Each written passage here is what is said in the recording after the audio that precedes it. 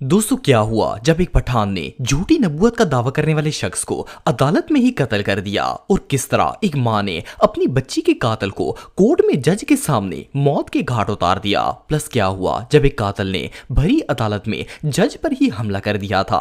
आज के इस वीडियो में मैं आपको अदालत के अंदर ही कत्ल होने वाले इवल क्रिमिनल्स के बारे में बताने जा रहा हूँ।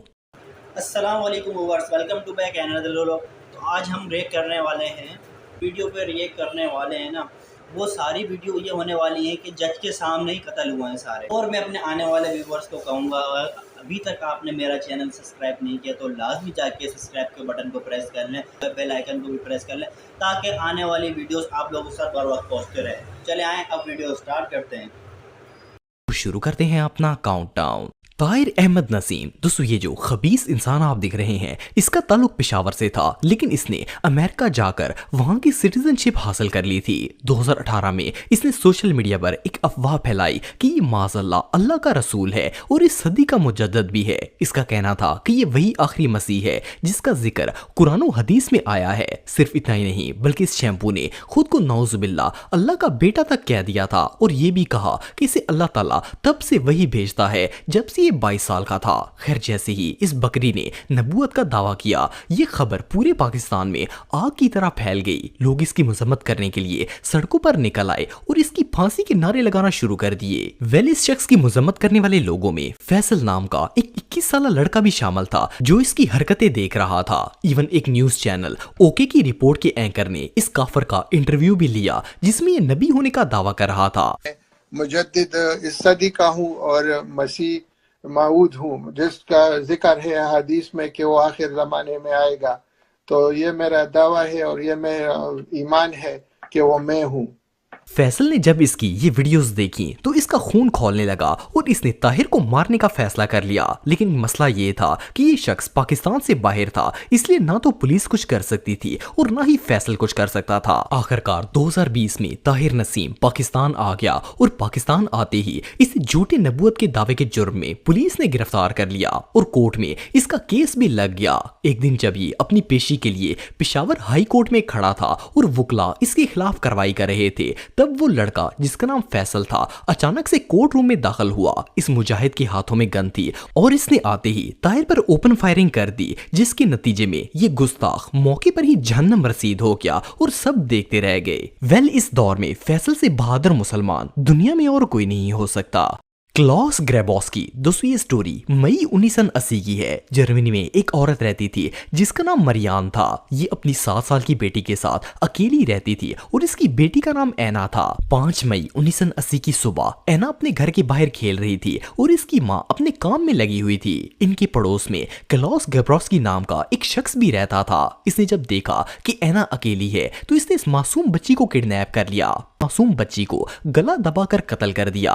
पुलिस ने इसे ऐना का मर्डर करने के जुर्म में गिरफ्तार कर लिया और देखते देखते ग्रेबोस्की के केस को 1 साल गुजर गया। इसकी कोर्ट में पेशी तो हो रही थी, लेकिन जज कोई खास एक्शन नहीं ले रहा था। जब मरियान ने देखा कि इसकी बेटी को इंसाफ नहीं मिल रहा तो इसने खुद ही ग्रेबोस्की से बदला लेने का फैसला किया। 3 मार्च 1981 को जब इस कातिल को कोर्ट में सुनवाई के लिए पेश किया गया तो मरियान भी वहीं पर मौजूद थी। इसने अपनी कोट की पॉकेट में पिस्टल छुपाई हुई थी। जैसे ही ग्रेबोस्की कोर्ट में दाखिल हुआ, मरियान ने सबके सामने अपनी पॉकेट से पिस्टल निकाली और गन की सारी गोलियां इसके सीने में उतार दी। पुलिस और सिक्योरिटी गार्ड्स इसके पास खड़े थे, लेकिन कोई कुछ नहीं कर सका। ग्रेबोस्की को जैसे ही गोलियां लगी, ये वहीं पर मौत के घाट उतर गया। इस इंसिडेंट की फुटेज आज भी इंटरनेट पर मौजूद है, जिसमें मरियान पॉकेट से पिस्टल निकालकर अपनी मासूम बच्ची के कातिल को शूट कर रही है और इसने कातिल को इबरत का निशान बना दिया। किसी माँ से इसकी मासूम बच्ची छीन लेने से बड़ा जुर्म और भला क्या हो सकता है। David Paradiso. दोस्तों, डेविड का ताल्लुक लॉस एंजल्स से था। इसका जुर्म यह था कि इसने दिसंबर 2006 में अपनी मां के सामने अपनी बीवी एलीन का मर्डर कर दिया था। जिस साड़ी में पड़ा हुआ चाकू उठाया और सीधा एलीन की गर्दन में गाड़ दिया, जिससे उसकी डेथ हो गई। पुलिस ने इसे मर्डर के जुर्म में अरेस्ट किया और इसे केस के सिलसिले में कोर्ट में पेश किया जाने लगा। एक दिन कोर्ट में इसकी पेशी चल रही थी और एक लेडी जज इसे सजा सुनाने वाली थी, लेकिन इससे पहले कि जज डेविड को सजा सुनाती, ये बड़ी चालाकी से सबको चकमा देकर जज की सीट तक पहुंच गया। इसने अपने हाथ में कोई शार्प चीज उठाई हुई थी और जैसे ही ये जज के पास पहुंचा, इसने उस शार्प वेपन से जज पर अटैक कर दिया। कोर्ट रूम में मौजूद सिक्योरिटी ने इसे रोकने की कोशिश की, लेकिन ये किसी के कंट्रोल में नहीं आ रहा था और वो मुसलसल जज को मारने की कोशिश कर रहा था। अभी डेविड जज पर हमला कर ही रहा था कि इतने में कोर्ट में मौजूद एरिक नाम के एक डिटेक्टिव ने अपनी गन निकाली और सीधा डेविड के सर पर गोली मार दी। डेविड की मौके पर ही डेथ हो गई। लेकिन ये इंसिडेंट इतना शॉकिंग था कि उस जज का भी खौफ से बुरा हाल था। ये रियली अनबिलीवेबल है। क्लेरेमी फेट्जू, दोस्तों ये जो शख्स आप दिख रहे हैं, इसका ताल्लुक इटली से था। 2017 में इसका अपनी वाइफ के साथ झगड़ा हुआ और ये झगड़ा इतना बढ़ गया कि वो इसे डिवोर्स लेने के लिए कोर्ट तक पहुंच गई। सितंबर 2017 में फेट्जू की कोर्ट में पेशी थी। इससे अपनी बीवी पर शदीद गुस्सा आ रहा था, यहाँ तक कि जब ये कोर्ट के लिए निकल रहा था तो इसने अपनी जेब में गन भी रख ली। और सिर्फ इतना ही नहीं, बल्कि कोर्ट रूम के बाहर इतनी सख्त सिक्योरिटी होने के बावजूद भी फेट्जू इस गन को अपने साथ अंदर ले जाने में कामयाब हो गया। एनीवे, जब अदालत की कार्रवाई चल रही थी तो इसने मौका मिलते ही अपनी पॉकेट से गन निकाली और अपनी बीवी को शूट कर दिया। इससे पहले कि गार्ड्स या पुलिस वाले इसे पकड़ पाते, इसने अगले ही लम्हे जज और लॉयर्स को भी गोलियां मारना शुरू कर दी और खुद वहां से भाग गया।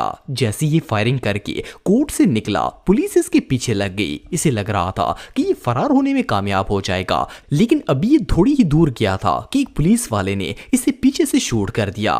पुलिस वाले ने फेट्जू को एक नहीं बल्कि इकट्ठी 3 गोलियां मारी, जिससे ये वहीं पर गिर गया। और जब पुलिस वाले इसके पास आए तो ये मरा हुआ था। जस्ट इमेजिन कि सिर्फ डिवोर्स के चक्कर में लोग किस हद तक जा सकते हैं। ये इंसिडेंट वाकई में बहुत शॉकिंग था। स्लोबोडन प्रेलजैक, दोस्तों ये जो शख्स आप दिख रहे हैं, इसका ताल्लुक यूरोप के मुल्क क्रोटिया से था। ये क्रोटियन आर्मी का जनरल था। इसका जुर्म ये था कि ये मजलूम लोगों पर बेजा जुल्म करता था। इसने 5 फौजियों के साथ मिलकर बहुत से लोगों को बगैर जुर्म के न सिर्फ कत्ल किया था, बल्कि कई लोगों की जायदादें तक जब्त कर ली थी। पुलिस ने इसके खिलाफ सारे सबूत इकट्ठे किए और इसे कोर्ट के सामने पेश किया गया। 29 नवंबर 2017 को जज ने इसे मुजरिम करार देते हुए 20 साल की सजा सुनाई, लेकिन इसने जज के फैसले को मानने से इनकार कर दिया। इसने सबके सामने जज को मुखातिब करके कहा कि मैं मुजरिम नहीं हूं और आपके फैसले को मुस्तरद करता हूं। इसके फौरन बाद इसने पूरे कोर्ट रूम के सामने अपनी जेब से एक ब्राउन कलर की शीशी निकाली और इसमें मौजूद लिक्विड को पी लिया। पहले तो किसी को समझ नहीं आई कि इसने किया क्या है, लेकिन जब ये उस लिक्विड को पी चुका तो इसने जज को बताया कि ये जहर था और इसने जहर पी लिया है, क्योंकि 20 साल जेल में रहने से अच्छा है कि यहीं पर मर जाए। जज ने जब इसकी बात सुनी तो फौरन इसे हॉस्पिटल लेकर जाने का ऑर्डर दिया, लेकिन इससे पहले कि गार्ड और पुलिस वाले इसे हॉस्पिटल लेकर जा सकते, इसे कोर्ट रूम में ही हार्ट अटैक आ गया और इसकी वहीं पर मौत हो गई। एनीवे, जो भी हो, ये कोर्ट में रिकॉर्ड किए जाने वाले सबसे शॉकिंग मोमेंट्स में से ये था आज का हमारा रिएक्शन। करता हूँ आपको ये जरूर पसंद आया होगा। अगर जाते जाते फिर मैं आपसे वही कहूँगा कि मेरे चैनल को सब्सक्राइब करते जाएं। अपना बहुत ज़्यादा ख्याल रखें। अल्लाह हाफिज़।